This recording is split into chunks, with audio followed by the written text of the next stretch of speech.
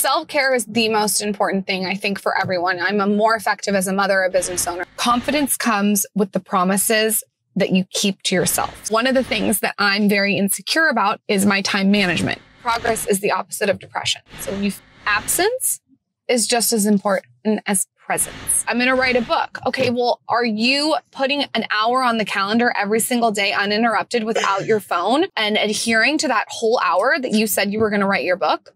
And if the answer is no, then I can understand why someone would feel insecure about that. Sun is coming up, are you ready to go?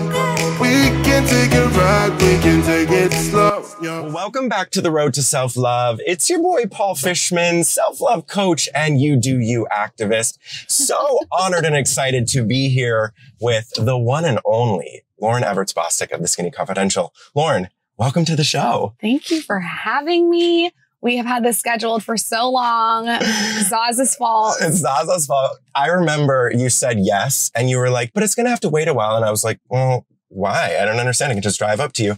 And then it was like, radio silence, you got pregnant, made the announcement, and then here we are. Yeah. You had a baby and everything. No one knew I was pregnant for 5 months. I kept it hush hush. I love that. It's so celebrity of you. No, I just wanted like space to enjoy what was going on. You know what I mean? How many times are we going to get honked at? Because it's very hard for me to multitask.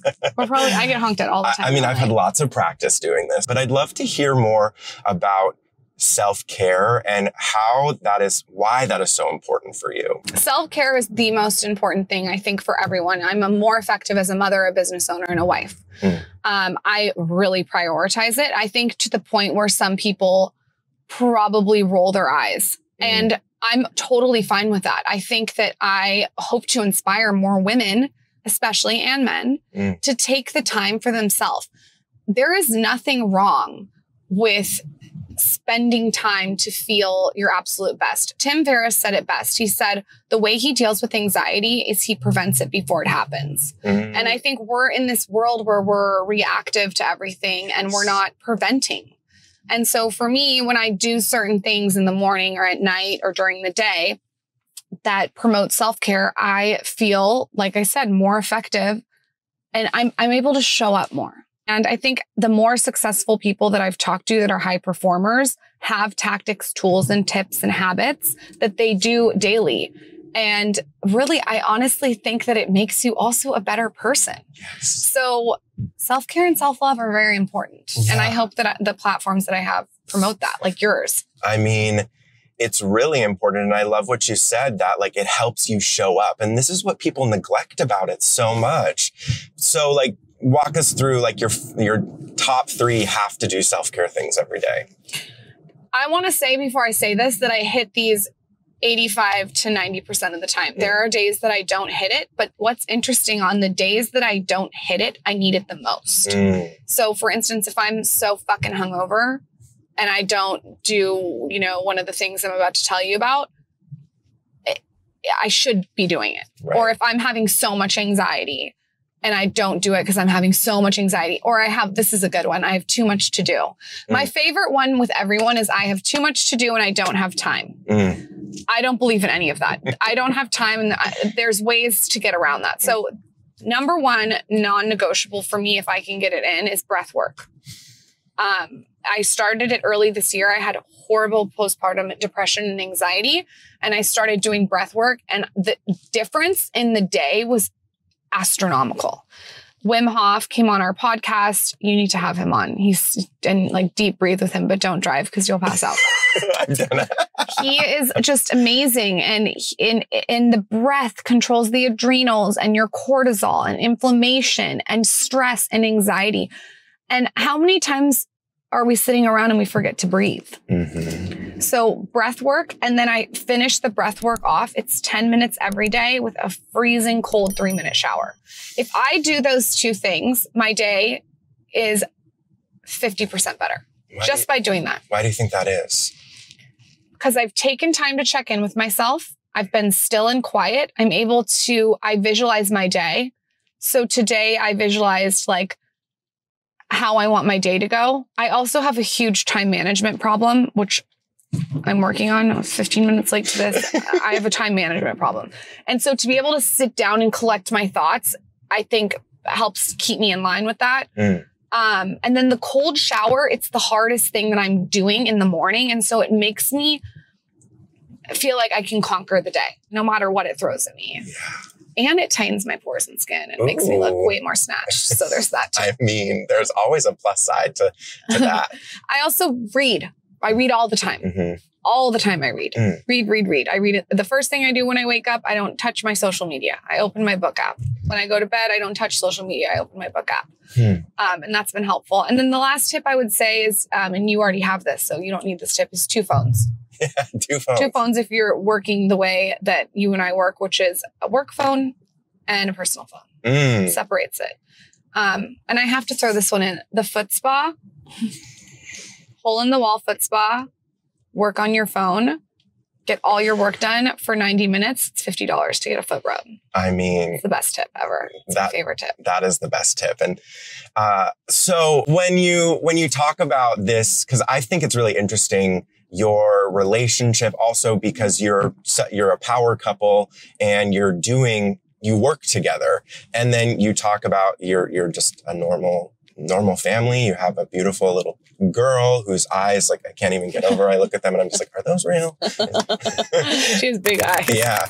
How do you, for someone who's listening to this and they're just like, wow, I wish that I could just like stand my ground and be my own individual and not have to match my partner. Like, how did you do that? How do you do that? I think that everything starts with you. And I feel like you talked about this on our podcast too. You're so good at articulating this. It's like, it all starts with you. The confidence, and Ed Milat says this, I say this in almost every interview I do, but it's so important. Confidence comes with the promises that you keep to yourself. So if you say, I'm going to work out every single day this week, and you only work out 4 days, that is not keeping the promises that you made to yourself. When I make a promise to myself, I try to deliver on it. And one of the things that I'm very insecure about is my time management, because I'm not keeping the promises that I'm making to myself. So whenever I feel not confident or insecure about something, it's something on me. And once I realized that it's like extreme ownership, like it's extreme ownership of owning that I'm in control of that, I felt liberated. It's not, my husband's not going to keep me confident. My daughter's not going to keep me confident. My audience isn't going to keep me confident. Like, my community isn't going to do that for me. I have to do it for myself. So I think if you're out there and you're listening and you're feeling insecure about something, what promises are you not keeping to yourself? Are you saying that you're, going to lose weight, or you're going to go get this job, or you're going to write a book? That one I see a lot. I'm going to write a book. Okay, well, are you putting an hour on the calendar every single day uninterrupted without your phone and adhering to that whole hour that you said you were going to write your book? And if the answer is no, then I can understand why someone would feel insecure about that. Examine that. I think really successful people are always working on themselves, reading, listening to podcasts, listening to Audible, picking other people's brains, doing your courses. Like, there's so many different things that you should be doing every single day to make yourself be the best version of yourself. Yeah. And progress is the opposite of depression. So when you feel like you're progressing, whatever that is, you feel better. Ooh. And that also can come down to like a very micro level as well, because a lot of people are just like, we've got these big goals, but what about the little things you did today? I was speaking on a panel yesterday for entrepreneurs about mindset, and one of the other panelists said, every day I close my computer at 5 p.m. or whenever I'm done, and I say, I'm done for the day, and I'm celebrating that I did the things that I did. And, wow. And she actually exclaims it out loud. And I was like, that's such a smart thing to do, because especially in the digital age, like, we can have access to everything. And sometimes digital entrepreneurs, I feel like we're open 24/7, 365, and we have to create that actual energetic boundary. Yes. And what I've realized as my platform has grown is absence is just as important as presence. Yes. And that was not the theme for everyone a year ago. hustle, go, pump it, pump it, pump it. Absence is important. Mm-hmm. I took 2 months off of social media. Good for you. And my business did the best it's ever done when I wasn't on social media. And then when I went back on, it like didn't do well at all. And I was like, what is going on? Got to be absent sometimes. Yeah. I think that it had a lot to do with the fact, you know, Instagram is like a free resource. The podcast is a free resource. Right. And when people continuously have these resources and then they're taken away, people are like, oh, wait, but I realized there's something missing. Oh, maybe it was Paul. And then I was just getting application after application, people being like, I want to do this. I want to do that. And, it was very, very interesting. When you took a break off social, did you like literally like put your phone away? Like what does that look like? Okay. So when I took a break, first of all, I went through like a bunch of stuff. This was right after the civil rights uprising, Black Lives Matter. And my audience was very vocal about how I wasn't sharing enough, which I really struggled with. So my mental health was like, took a toll.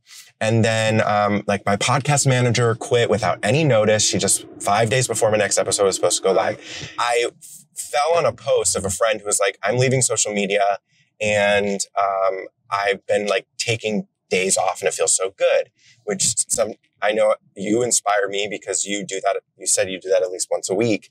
But first of all, I made a formal announcement on my Instagram channel and I posted a note and said, I'm going to be leaving. And I deleted it right then. And I also did a partnership with this company called Light Phone, which is literally just like the phone it's this big and all you can do is call and text on it. That's it. And now they just added a podcast tool. So to still be creative, because I'm very into being creative, I vlogged like 5 days just using the Light Phone. And believe me, texting on this thing is such a pain that like I just didn't respond to anyone because it's this big. And there's no autocorrect, things that we take really for granted. So I didn't give myself a timeline either. And I did like a little bit of vlogging every day just for myself, like day 1, day 2, day 3. And I got so back connected to my why, who I am, what I want to do with my journey and my life and all of this stuff. And it was, I did a whole episode of the show on it, but it was, that's amazing.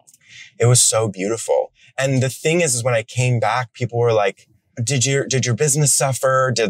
And magic things happen. Like I got a check for $8,000 in the mail from an old 401k that just like closed it out and sent it to me. And I was like, oh, I don't even have to worry about money, you know? And so I'm like, do I just want to delete Instagram for good?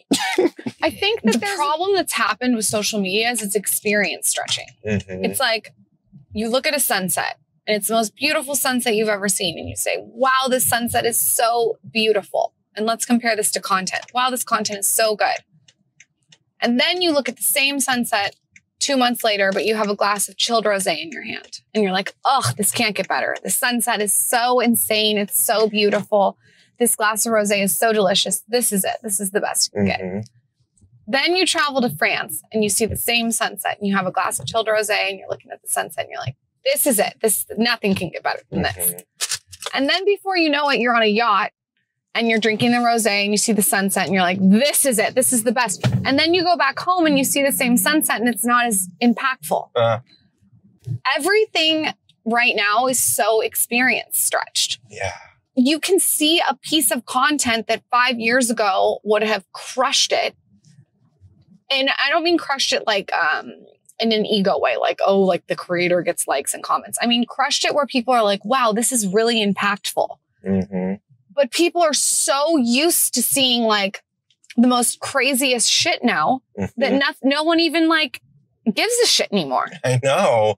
It's like the only post that do well is when I'm basically naked. Yeah, like you literally pull your dick out and put it on your feed. Kind of done that, but not like that's like what you have to do now. So it can be trying, but you have to look at it as an opportunity. It can be trying when things are being experience stretched. But I think that we all, me included, you included, have to get back to like really looking at things that brought us joy in the beginning, like just the sunset. Yeah. you know. Oh my goodness. That was fun. Lauryn, this has been such a blast. Like, thank you for spending the time driving around with me. Just tell everyone where they can find you and all. First, I want to acknowledge you because you came on our podcast and you were so incredible and it resonated with so many people and the audience loved your message. And I personally am such a fan of you. Like, I liked you before I even met you. Thank you. And I think it's so cool what you're doing. And let's manifest your media. Okay, perfect. You can find me at The Skinny Confidential and on the podcast app. Listen to Paul's episode. Amazing. Well, thank you so much for joining us on the road to self-love. Remember, you are worth it. You deserve it. And you are not alone. Bye.